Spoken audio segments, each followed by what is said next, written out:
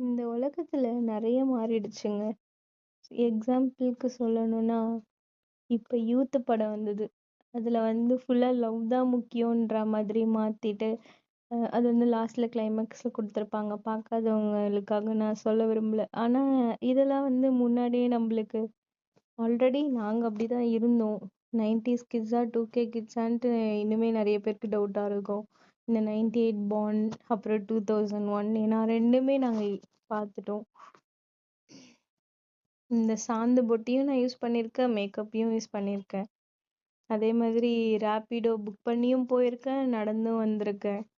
எனக்குள்ளே இவ்வளோ சேஞ்சஸ் ரெண்டுத்தையுமே நாங்கள் பண்ணியிருக்கோம். அதேமாரி இந்த கேம் இருக்கும் பாருங்க, இப்போ வந்த புது அனிமையும் பார்த்துருக்கோம், அப்போ இருந்த கார்ட்டூன் சேனல்ஸும் பார்த்துருக்கோம்.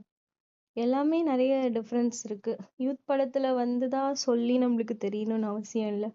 அதே மாதிரிதான் நேத்து ஒரு ஆப்பிராஜ் படம், அதுலயுமே வந்து அப்பாவுக்காக சொல்லுவாங்க. அது வந்து நம்ம அம்மா அப்பா எப்படி இருந்தாலும் நம்மளுக்கு அவங்க தானே ஹீரோ, அவங்களுக்கு நம்ம தானே ஹீரோயின், அப்ப எப்படி இருக்கணும். இதெல்லாம் நீங்க படம் வந்துதான் தெரியணும்னு கிடையாது. இது வந்து நம்மளுக்குள்ளேயே தெரியணும் எது கரெக்ட் ரைட்டுன்ட்டு. ஆனா இத சொன்னா பூமர்ன்னு சொல்லிடுவாங்க. நாங்க அப்படிதான் இருந்தோம் அப்படின்னு சொன்னாலும் பரவாயில்ல. ஏன்னா நாங்க எங்க அம்மா அப்பாவை எப்படியுமே இந்த மாதிரி விட்டது கிடையாது. அவங்க எப்படி இருந்தாலும் அவங்களாவே ஏத்துக்கிறோம். அதே மாதிரிதான் அவங்களும் நம்மளையும் அப்படியே நம்மளாவே ஏத்துப்பாங்க.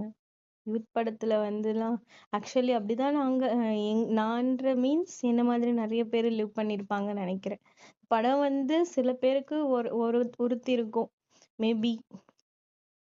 இது சொல்லலாம் தாங்க இது பண்ண, வேற எதுவும் இல்லை. லைக் நிறைய டிஃப்ரெண்ட் இருக்கு. எல்லாத்துலயும் நம்ம பாத்தீங்கன்னா கரெக்டா தான் வாழ்ந்துட்டு இருக்கோம். 90s கிட்ஸா 2K கிட்ஸான்னு தெரியல, ரெண்டுத்தையும் இருந்திருக்கவங்க தெரியும். தேங்க்யூ.